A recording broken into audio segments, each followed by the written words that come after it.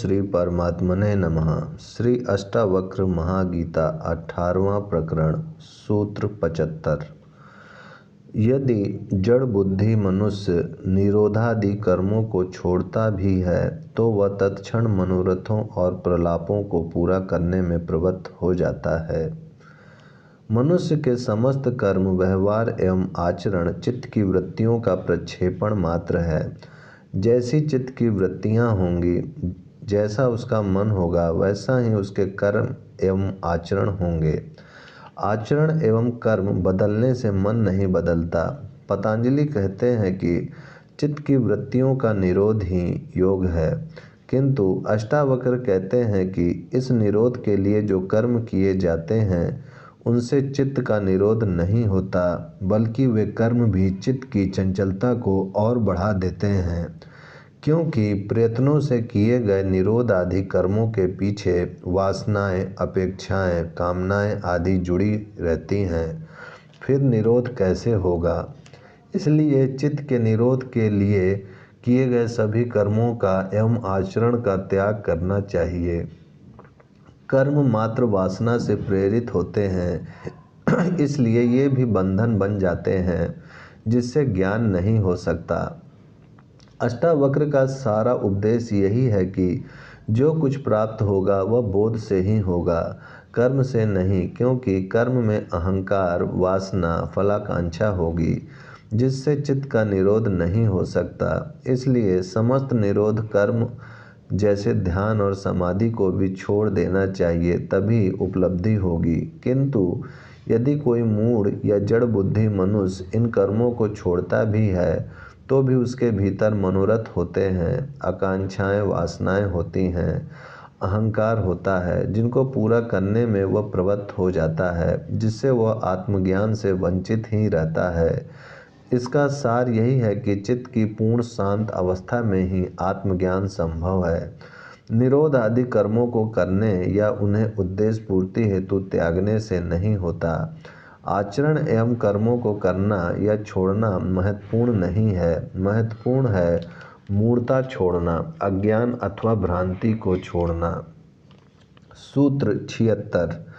मंद बुद्धि उस तत्व को सुनकर भी मूढ़ता को नहीं छोड़ता है। वह बाह्य प्रयत्न में निर्विकल्प होकर मन में विषयों की लालसा वाला होता है। मनुष्य में अनेक प्रकार की मूढ़ताएं हैं। अहंकार, वासना, कामना, फलाकांक्षा आदि मूढ़ताएं ही हैं। इनके रहते जो भी कर्म, आचरण एवं व्यवहार आदि होंगे, सभी मूढ़तापूर्ण होंगे।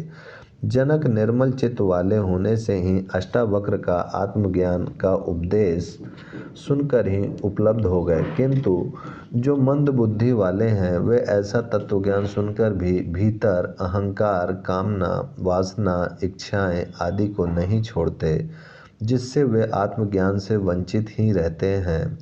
ऐसा मूढ़ बाह्य प्रयत्नों से निर्विकल्प चाहे हो जाए, चाहे वह ज्ञानी की भांति सारे कर्म करने लग जाए, वासना, अहंकार, कामना आदि को त्यागने के सारे नाटक कर ले, तो भी वह मन में विषयों की लालसा वाला ही होता है, क्योंकि मंद बुद्धि है। मंद बुद्धि वाले आचरण को ग्रहण और त्याग से ही समझ सकते हैं, भीतर के मूढ़ तत्व को वे नहीं समझ सकते, इसलिए वे कभी उपलब्ध नहीं हो सकते।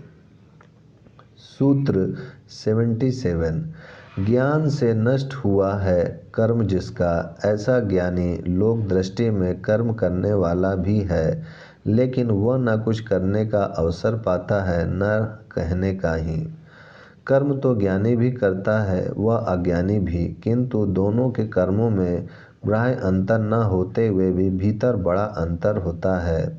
ज्ञानी के कर्म स्वभाव से होते हैं, लोक हितार्थ होते हैं, आवश्यक एवं नैमित्तिक कर्म होते हैं। वह कर्म को ईश्वर इच्छा समझकर करता है, उनके पीछे कोई वासना, फलाकांक्षा, अहंकार आदि नहीं होते, जबकि अज्ञानी के कर्मों के पीछे फल प्राप्ति की इच्छा रहती है, अहंकार रहता है। अज्ञानी यदि लोक हितार्थ कर्म भी करता तो भी उसके पीछे सम्मान प्राप्ति, यश प्राप्ति, स्वर्ग प्राप्ति आदि की इच्छा रहती ही है।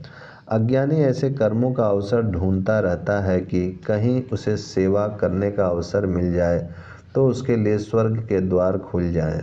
उसको लोकहित सेवा, समाज सेवा, दान पुण्य, धर्म आदि में दूसरों की चिंता नहीं है। चिंता मात्र स्वयं के स्वर्ग प्राप्ति की है, जिसके लिए वह अवसर ढूंढता रहता है। किंतु अष्टावक्र कहते हैं कि ज्ञान से कर्म नष्ट हो जाते हैं, फिर ज्ञानी को कर्म करने की आवश्यकता ही नहीं होती। किंतु ऐसा ज्ञानी भी लोक दृष्टि से कर्म करता है। जो लोकहित में है, जिन्हें करना आवश्यक है, वह कर लेता है। वह स्वर्ग प्राप्ति की दृष्टि से या फलाकांक्षा से कोई कर्म नहीं करता, न ऐसे कर्मों को ढूंढता ही है जिसका फल मिले, न वह ऐसा ही कहता है कि मैंने ऐसा किया है, क्योंकि उसमें अहंकार नहीं होता है। यही कर्म की कुशलता है जिससे केवल ज्ञानी ही उपलब्ध होता है। ओम शांति शांति शांति।